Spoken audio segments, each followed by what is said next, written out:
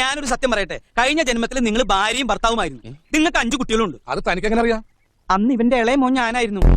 ടിൻഡു എന്നായിരുന്നു പേര്, മാസ്റ്റർ ടിൻഡു മോൻ. നഴ്സറി പഠിക്കുമ്പോൾ ഷുഗർ വന്ന് മരിച്ചു. ഏത് സ്കൂളില്? Little flower convent girls high school Nadathara.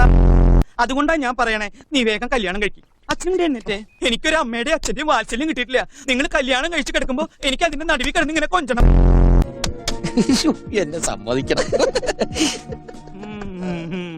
ഏതോ പെൺകുട്ടി വിളിച്ചിട്ടേ സുഖാണെന്ന് ചോദിക്കുക. സുഖം വേണോന്ന് ചോദിച്ചില്ലല്ലോ. ഓ ബോഡി എവിടെ?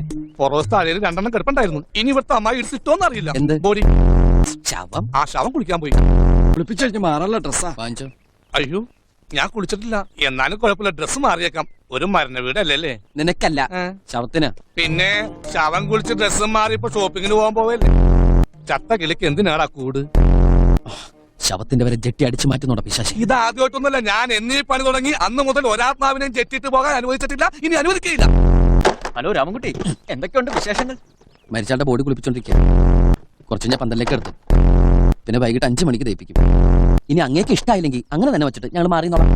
അല്ല, എന്താ ഇത്ര ഗൗരവത്തില്? പിന്നെ മരിച്ച വീട്ടിലിപ്പോ എനിക്ക് തനിച്ചൊരു കാര്യം പറയാനുണ്ട്. ഒന്നിവിടെ എന്താ?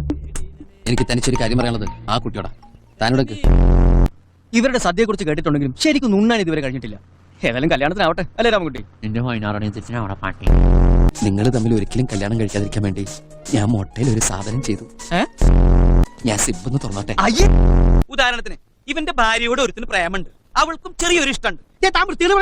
പൊന്നെ ഉദാഹരണല്ലേ പറയണേ എന്ന് വെച്ച് ഇവന്റെ ഭാര്യ ഇവൻ അവന് കെട്ടിച്ചു കൊടുക്കോ? അങ്ങനെ കെട്ടിച്ചു കൊടുത്ത ഈ പന്നിനെ ഞാൻ വെറുതെ വിടോ? നീ നേരെ ചെന്ന് പറയടാ നിനക്ക് അവളെ ഇഷ്ടമാണെന്ന്. നീ നിന്റെ ഭാര്യനെ കൂട്ടി പന്നി.